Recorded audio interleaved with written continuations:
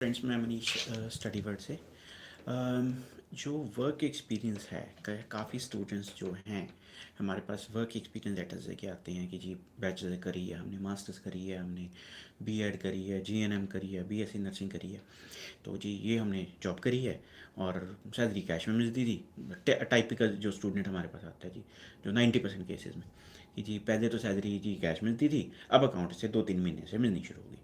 ठीक है जी।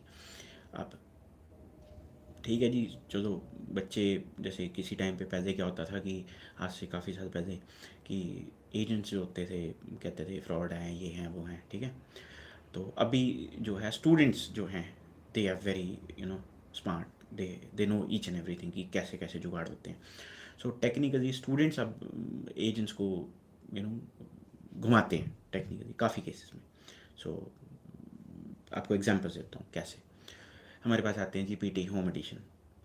भाई जब पीटी सेंटर्स ओपन है, सब कुछ ओपन है, पीटी होम एडिशन क्यों?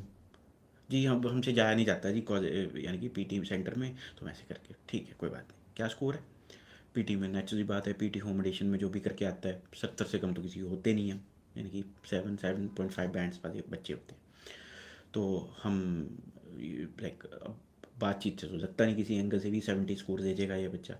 तो हम क्या करते हैं, we started talking in English. Okay, हमारे कंपनी में सबको ये इंस्ट्रक्शन है कि पीटी कॉम्पिटिशन वाला बच्चा जो है उसे इंग्लिश में बात करो। तो लेट्स सी 70-75 स्कोर है, तो लेट्स सी। तो उसे 3 लाइनें नहीं बोली जाती इंग्लिश में। तो टेक्निकली फिर बच्चा घूम फिर के आता है, वो जी हमने तो किसी से करवाया था जी, वो तो जी ऐसे करके गिरा था, 1.5 लाख दिया, लाख रुपया दिया, जो भी दिया।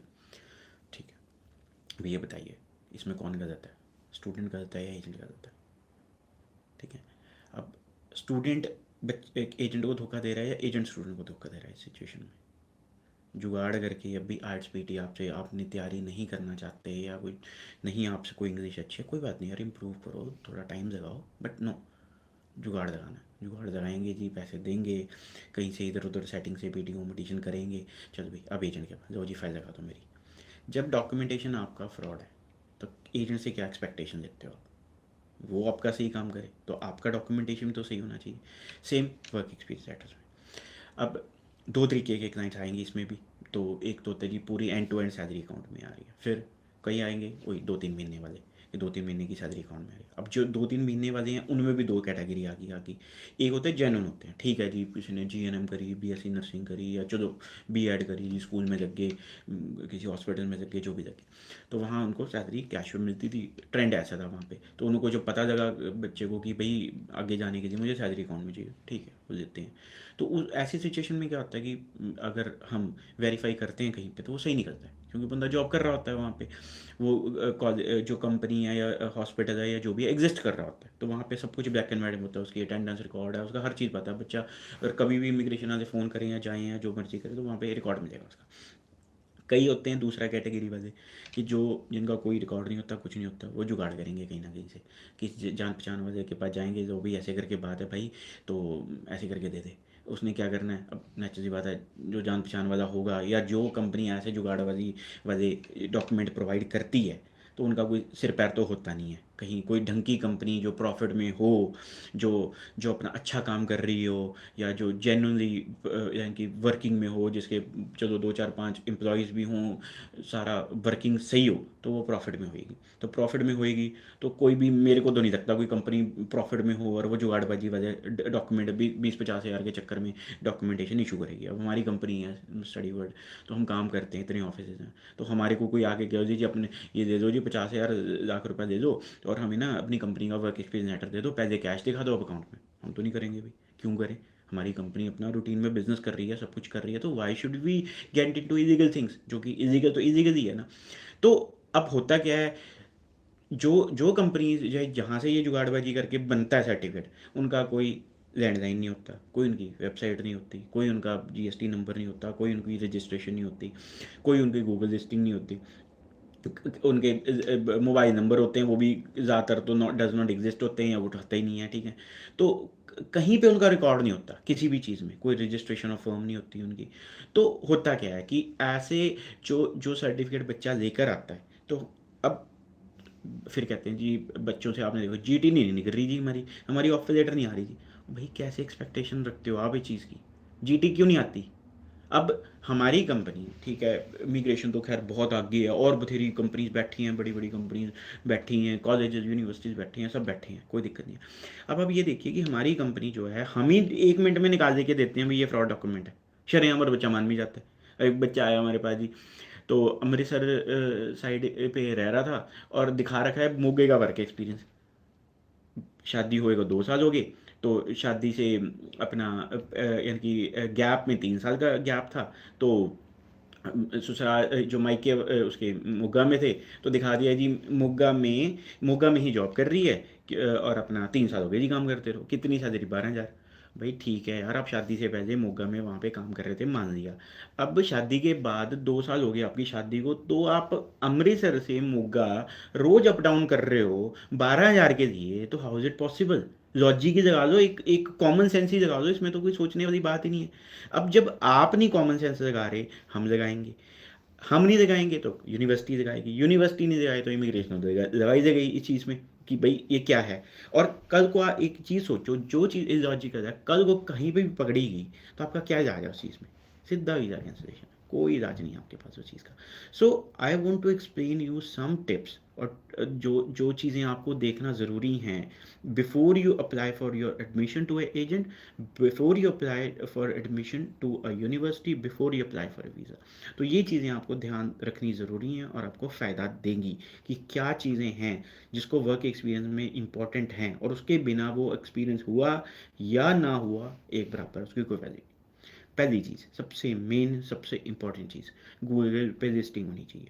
हमने अब रिसेंटली, कल परसों की बात है, काफ़ी हमारे पास स्टूडेंट्स आए, सबसे पहला क्वेश्चन, वर्क एक्सपीरियंस लेटर दिखाइए जी, दिखाइए, गूगल पे डाला, एग्जिस्ट नहीं कर रहा, कंपनी बंद हो चुकी है, या फिर जो वो दिखा रहे हैं जी, या फॉर एग्जांपल करनाल में है जी उनका ऑफिस, वो है गुड़गांव में, वो नंबर नहीं मैच कर रहे, कुछ नहीं मैच कर रहा, लोगो सेम लग रहा है, तो फ्रॉडुलेंट है चीज़। तो हम सबसे पहले ये देखते हैं कि गूगल पे लिस्टिंग है या नहीं है। गूगल की लिस्टिंग ही नहीं है, कहीं एग्जिस्ट ही नहीं करता, तो गूगल की लिस्टिंग ऐसे रातों रात नहीं आ सकती, वो आपको उसका ट्रैक बनाना पड़ता है, उसका सिस्टम बनाना पड़ता है। तो अगर करो भी की भी लिस्टिंग या कोई वेबसाइट बनाओगे भी, तो पता चल जाता है कि नहीं हुई है ये सारी चीज़ें, तो वो सब एनालिटिक्स से पता चल जाता है। तो you have to be very precise और वेरी केयरफुल इन दिस, ठीक है। अब ये चीज़ आ गई। दूसरी चीज़ ये आ गई कि जो जो ईमेल आईडी है वो डोमेन वाला होना चाहिए, ये नहीं है कि जीमेल या हो हॉटमेल, नहीं, वो नहीं एक्सेप्टेबल। तीसरी चीज़, वेबसाइट होनी चाहिए। चौथी चीज़, लैंडलाइन नंबर होना चाहिए। पांचवी चीज़ ये है कि जो पोजीशन आपकी है उसके अकॉर्डिंगली सैलरी होनी चाहिए। छठवीं चीज़ ये है कि कम से कम 3 महीने की सैलरी आपके अकाउंट में होनी चाहिए, अगर ऐसी ऑर्गेनाइजेशन है। तो कहने की बात है कि आटे में नमक चल जाएगा, ठीक है, आप नहीं जॉब कर रहे थे या फिर आपको कैश पे सैलरी मिल रही थी, कोई बात नहीं।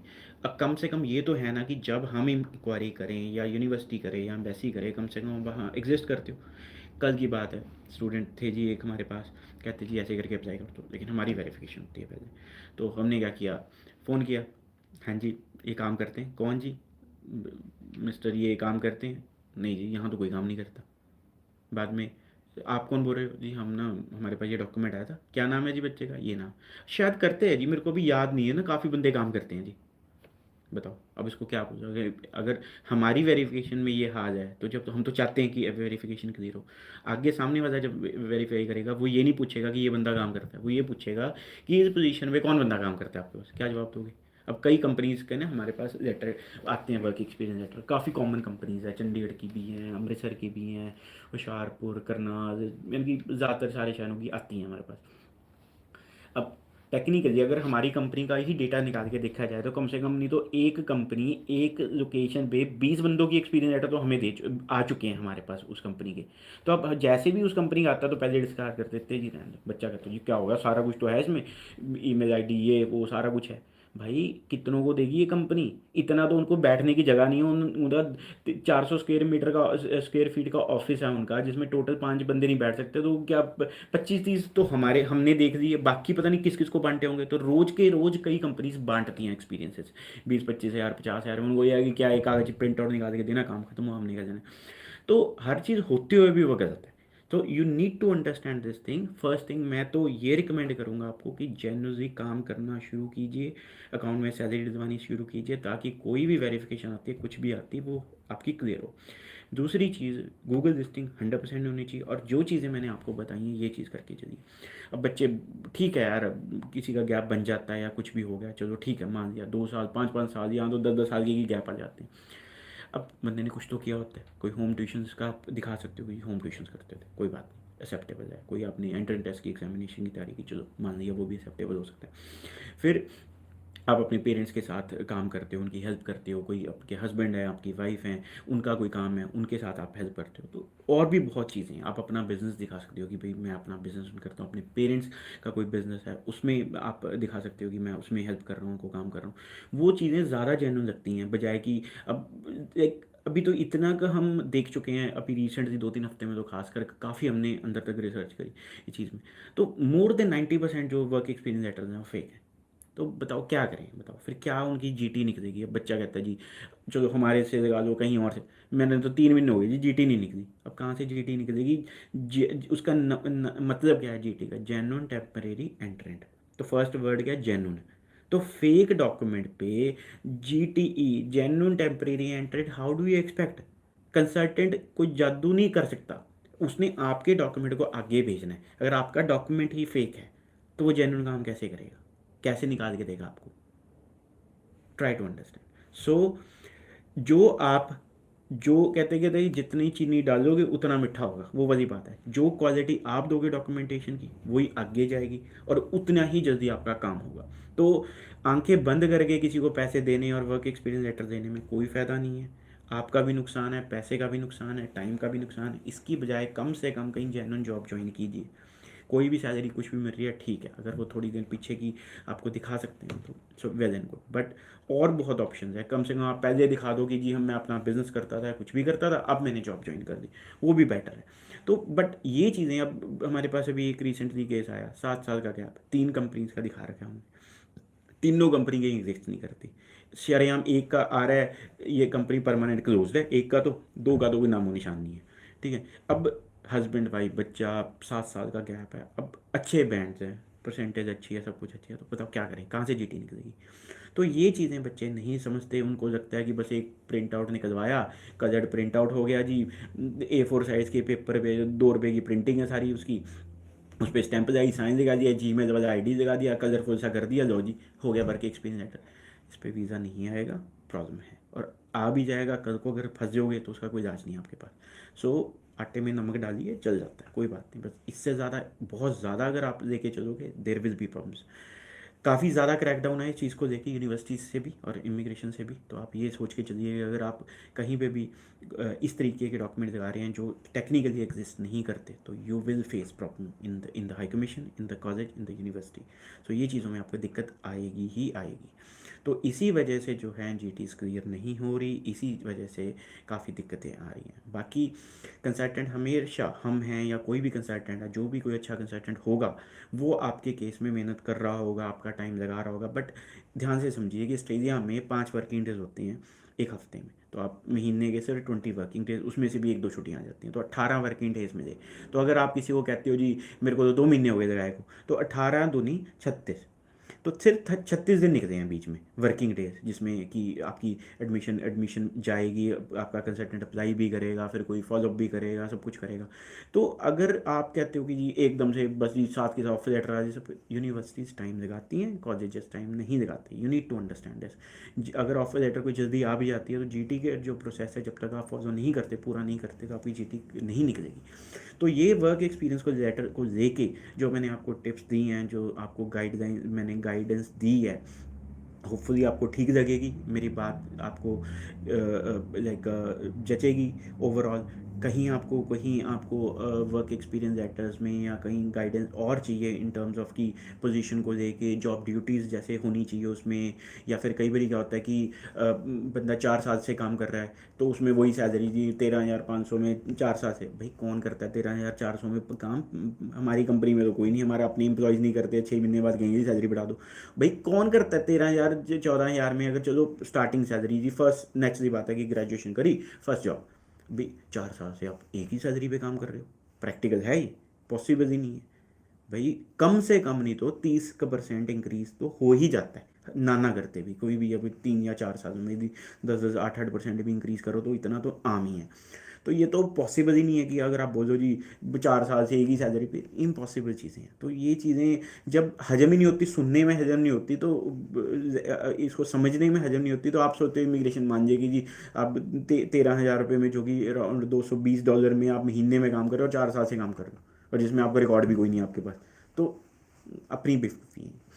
तो चीज़ों का ध्यान दीजिए। मेरा थोड़ा सा स्टाइल और है आपको ये वीडियोस करने का, या जो भी है, मैं स्ट्रेट फॉरवर्ड सी बात करता हूँ। मैं उसको कमर्शलाइज से करके, या उसको सामान बेचने वाले तरीके से, या उसको सेलिंग वाले पॉइंट ऑफ व्यू से नहीं बताता। मैं आपको स्ट्रेट फॉरवर्ड बताता हूँ कि क्या है ये चीज़ों का। मेरे वीडियोज़ का कहीं ना कहीं आपको फ़ायदा ज़रूर होगा, बेशक डायरेक्टली या इनडायरेक्टली आपके दिमाग में ये बातें रहेंगी कि नहीं यार, एक कंसल्टेंट से हमने सुना था ये चीज़ कि ऐसा उन्होंने बताया था। बेशक आप कहीं पे भी अप्लाई करें, you are most welcome to apply anywhere, that is not the point. मेरा पॉइंट ये है कि जो मेरे कंट्रीमैन हैं, जो मेरे एरिया के लोग हैं, जब उनको, अब मेरा जो इतने सालों का एक्सपीरियंस है, 15 ईयर्स प्लस का एक्सपीरियंस है, अगर वो कहीं पे भी किसी को भी फ़ायदा हो जाता है, will be more than happy. किसी का वीज़ा उस वजह से लग जाता है, किसी का सक्सेसफुल जीटी क्लियर हो जाता है, किसी को आगे जाके बेनिफिट मिल जाता है, आगे अपने करियर में या कहीं पे भी, I am more than happy अगर ये चीज़ों से किसी को भी फ़ायदा होता है तो। So it's all about matureness. It's all about giving the right information to the clients rather than just उसको बता नहीं जी हम बताएंगे, हम आप आ जाना, हम बताएंगे हम कैसे करना, हमने बताना कुछ नहीं। अदरवाइज अगर आप ओवर द फोन पूछ रहे हो कुछ भी, ऐसा कुछ नहीं। It's all open information. कई लोग ये हाइड करेंगे क्योंकि उन्होंने खुद करने होते हैं काम। जैसे कोई कंपनी है, कहेगी 2 साल का गैप है, कोई बात नहीं जी, 4 लाख रुपये हमें दे दो, 3 लाख हम दे दो, हम करवा देंगे। तो वो क्यों बताएगी आपको ये चीज़ें? ये चीज़ें नहीं बताएगा आपको कोई। ये चीज़ें वही बताएगा जो स्ट्रेट फॉरवर्ड है, जिसको है कि हाँ यार बच्चे का फ़ायदा हो कहीं ना कहीं। सो जस्ट ध्यान से चीज़ यदि हर चीज़ पॉसिबल है, हर चीज़ का इंतजाम हो जाता है, but you have to be into the right direction first of all. काफ़ी लोग, ज़्यादातर बच्चे जो हैं, मैं बोलूँगा कि 20% को छोड़ के, 15-20% को छोड़ के 80% स्टूडेंट्स जो हैं विलेज बैकग्राउंड से हैं। उनको नहीं नॉलेज इतनी, उनके पेरेंट्स को नहीं नॉलेज। बेचारे जैसे कोई कह देता है वैसे मान लेते हैं जी। कोई कहता है जाए साड़ी तो सेटिंग है जी, साडा तो ये है वो है, जाओ जी इतने पैसे दे दो, विल गेट इट डन। तो वो मान जाते हैं वो चीज़ों को कि ठीक है। पेरेंट्स बेचारे नहीं पता उनको, गाँव के लोग हैं, नहीं बेचारों को पता कि यार कैसे होता है, क्या होता है। कि दुख होता है, मेरे को भी बड़ा दुख होता है इस चीज़ों को देख के कि यार क्यों किसी को बेवकूफ़ बना रहे हैं, क्यों किसी को लूट रहे हो यार फालतू में। यार नहीं अच्छी लगती ये चीज़ें। बट फिर भी कईयों को ऐसा लगता है कि भाई हमारे पॉकेट में पैसा आना इंपॉर्टेंट है, बजाय कि लाइक ठीक है यार भगवान देखता है यार, अगर किसी का गड़बड़ करोगे तो वो कहीं ना कहीं आपके ऊपर आएगी आपके नहीं आएगी, आपके पेरेंट्स पे आ जाएगी, आपके बच्चों पे आ जाएगी, कहीं ना कहीं वो आगे गिरेगी जब भी आप किसी के साथ गड़बड़ करोगे। तो ये चीज़ें समझने वाली बातें होती हैं। मेरी कंपनी में मेरा स्टाफ मुझे उल्टा बोलता है, गलत बोलता है। क्यों? उनके मैं 80 to 90% केसेस रिजेक्ट कर देता हूँ। वो कहेंगे सर ये केस एनरोल कर दें, क्योंकि उनको इंसेंटिव भी मिलेगा, उनको अच्छा भी लगता है कि कंपनी ग्रो कर रही है, जो भी कर रही है। मैं उनको बोला नहीं यार ये केस में ये प्रॉब्लम है, रहने दो ये केस। क्यों? मेरे को क्या बुरा लग रहा है अगर कंपनी को पैसे आ रहे हैं या प्रॉफिट हो रहा है? क्यों? मेरे को पता है कि वहाँ आगे जाके अटकेगा वो केस, फंसेगा, वीज़ा नहीं आएगा या चांसेस नहीं है उसके वीज़ा के। तो रेदर देन के शुरू करके रिजेक्ट करा के वापस देने की, इट्स बेटर टू से नो। वो बच्चा कहीं पे भी जाके जो मर्जी करे, that is his personal thing. हमारा काम स्ट्रेट फॉरवर्ड है कि भाई रहने दो। मेरे स्टाफ के साथ झगड़ा ही इस बात का है, वरना बाकी कंपनीज के साथ स्टाफ का झगड़ा ये होता है जल्दी ज़्यादा इनरोलमेंट करो, आप ये करो, आप वो करो, आप हर किसी को बुला दो, हर किसी को ये कर दो, ज़्यादा वॉक इन कराओ। मैं कहता हूँ जी कम वॉक इन कराओ, सिर्फ उसी को बुलाओ। क्यों किसी का टाइम वेस्ट करना है? उसी को बुलाओ जिसका काम होने वाला है, वरना बुलाइए मत। क्यों फ़ायदा, क्या फ़ायदा?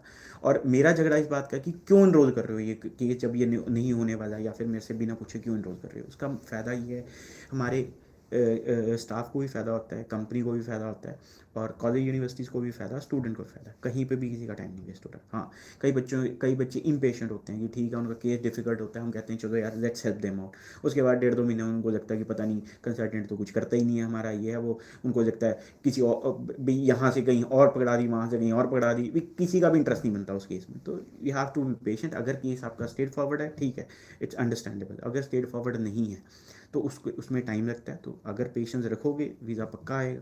अब काफ़ी केसेस हमारे देखे हैं, काफ़ी कॉम्प्लिकेटेड केसेस होते हैं, तो वो रातों रात वीज़े नहीं आए होंगे। किसी को 5-6 महीने भी लगे होंगे, किसी को ज़्यादा भी लगा होगा। तो ऐसा नहीं है कि जो स्ट्रेट फॉरवर्ड केसेस हैं वो जल्दी निकल जाते हैं, बट जो कॉम्प्लिकेटेड केस है वो किसी का तो देख लिया वीज़ा आया हुआ, हमारे वीडियोज़ देख लिए, बट आप एक्सपेक्ट करते हो 2 महीने में वो वीज़ा लग के हमारे हाथ में आ जाए, that may not be possible. So that's why, rather than picking each and every case, we make sure that we pick the right cases which can go through in the high commission successfully. So that is more important. बाकी ये जो work experience को लेके जो मेरा video था, I hope आपको ठीक लगा होगा. कोई क्वेश्चन आपका है ज़रूर कमेंट्स कीजिए. वीडियो अच्छा लगा ज़रूर लाइक कीजिए, वीडियो को सब्सक्राइब कीजिए, हमारे यूट्यूब चैनल को, फेसबुक इंस्टाग्राम को हमारे को आप फॉलो कीजिए. आपको रेगुलर अपडेट्स दिए जाएंगे और अच्छी इन्फॉर्मेशन आपको दी जाएगी जिसमें आपको हेल्प मिलेगी कल को वीज़ा देने. Thank you.